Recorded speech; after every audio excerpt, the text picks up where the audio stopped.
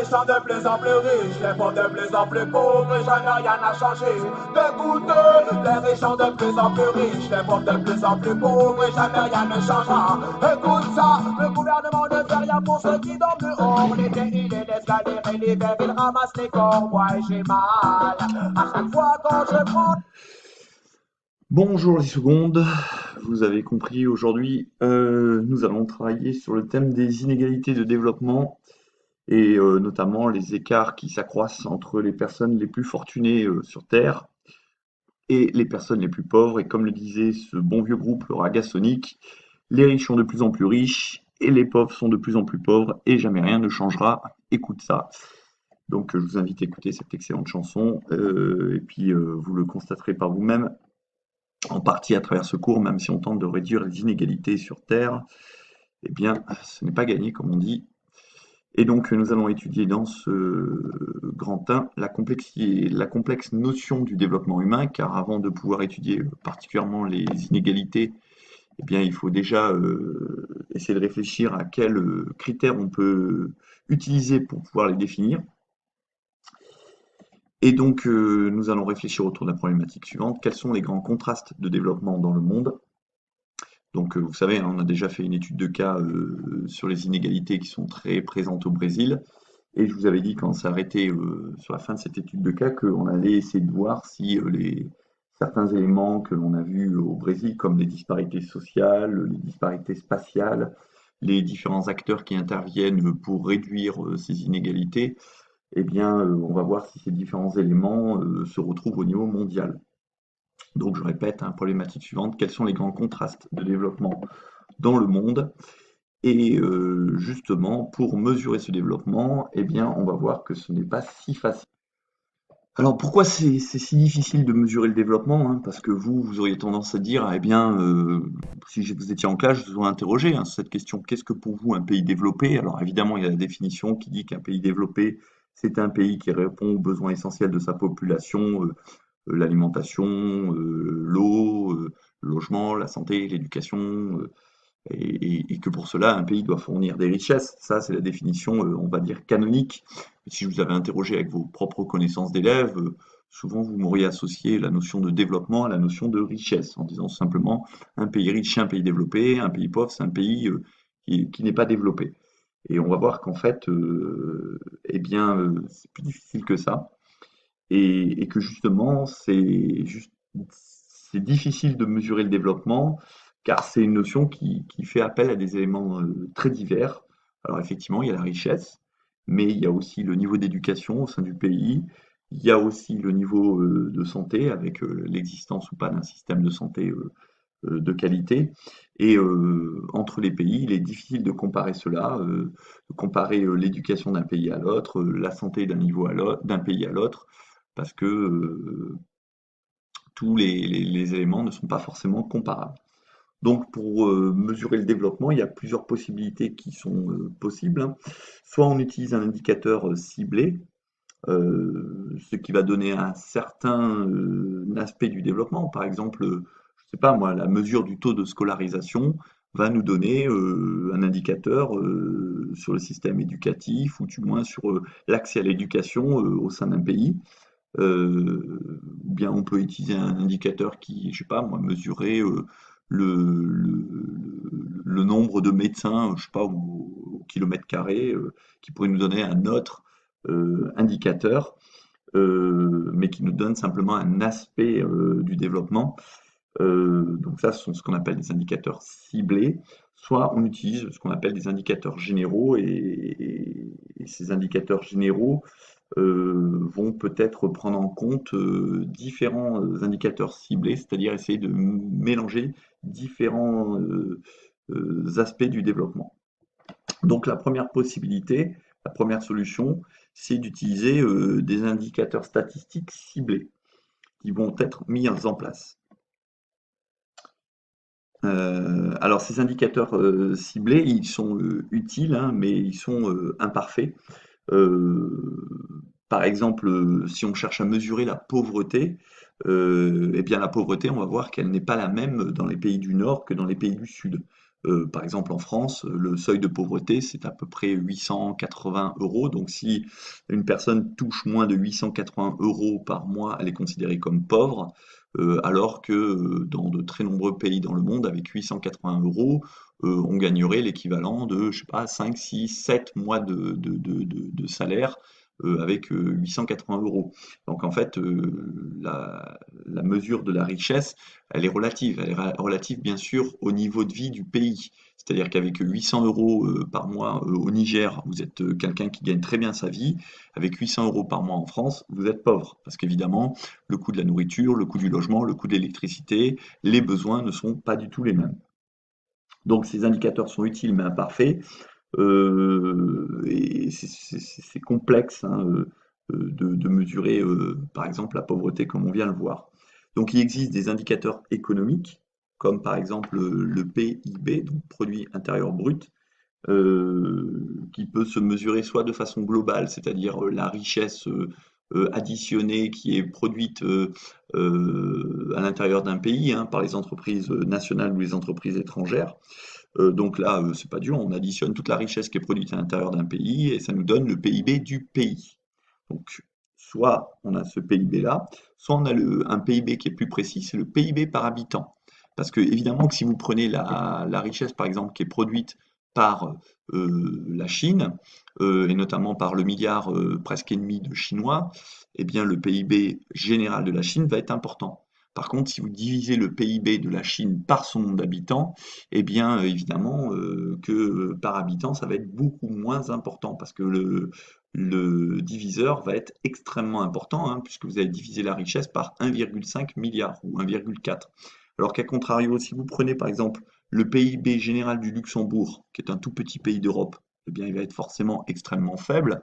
Par contre, si vous le divisez par le nombre d'habitants qui est extrêmement faible, eh bien, vous obtenez un PIB par habitant extrêmement élevé et beaucoup plus élevé que celui de la Chine.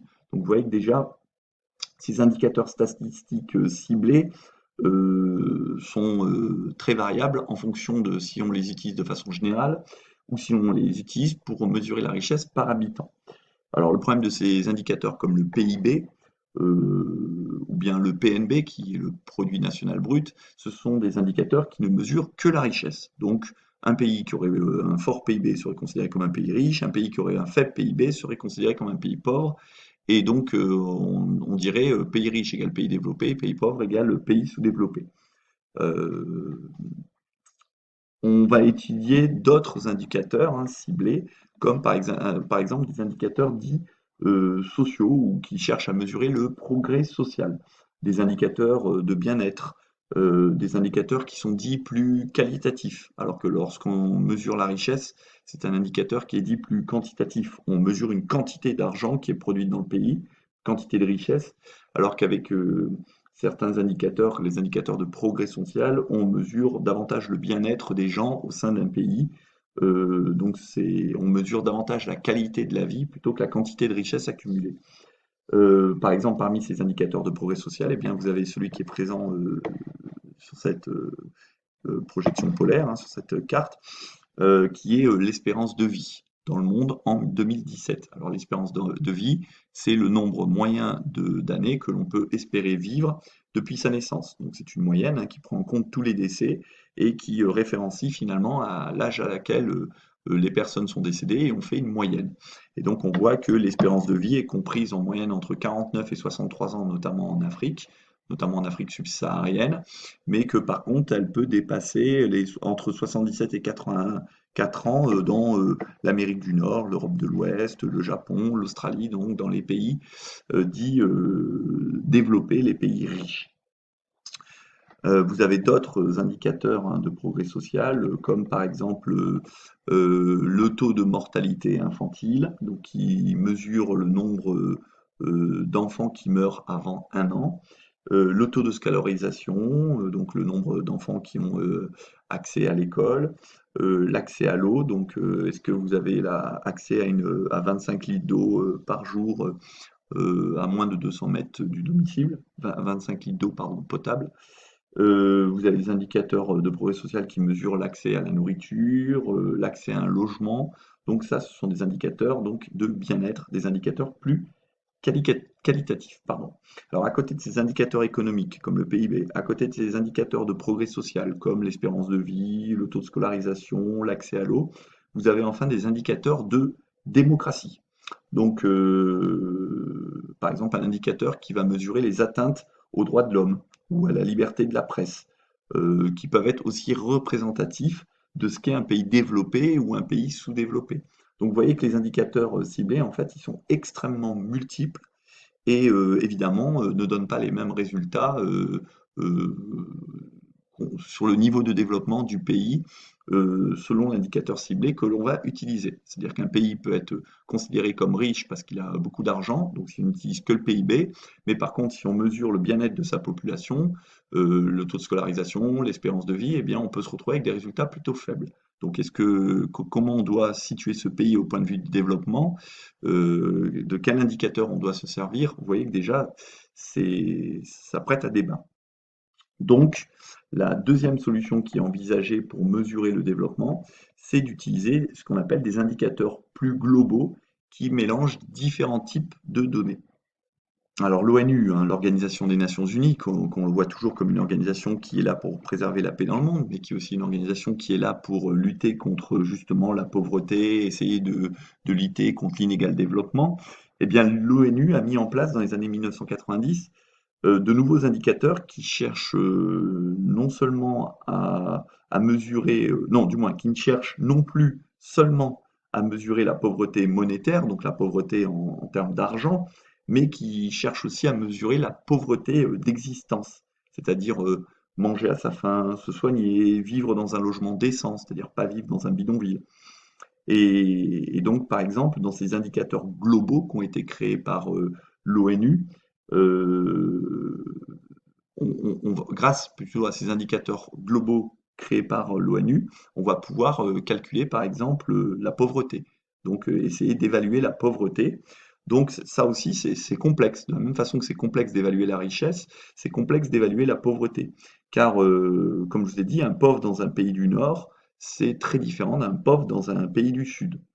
Dans les pays du Sud, le Programme des Nations Unies pour le développement, qu'on appelle le PNUD, P-N-U-D, a mis en place en 2010 ce qu'on appelle l'IPM, ou indice de pauvreté multidimensionnel. Donc ce que vous avez ici comme titre de la carte. Donc cet indice de pauvreté multidimensionnel, il est calculé à partir d'une dizaine d'indicateurs. Alors je ne vais pas tous vous les citer, mais pour vous en donner quelques-uns, il y a la malnutrition, donc le fait de ne pas manger de façon équilibrée, d'avoir un certain nombre de carences. Il utilise l'indicateur de la mortalité infantile, donc le nombre d'enfants de moins de 1 an qui meurent. L'accès à des sanitaires, donc à des toilettes, c'est aussi un indicateur de pauvreté. L'accès à l'eau potable, l'accès à l'électricité, donc vous avez une dizaine de critères.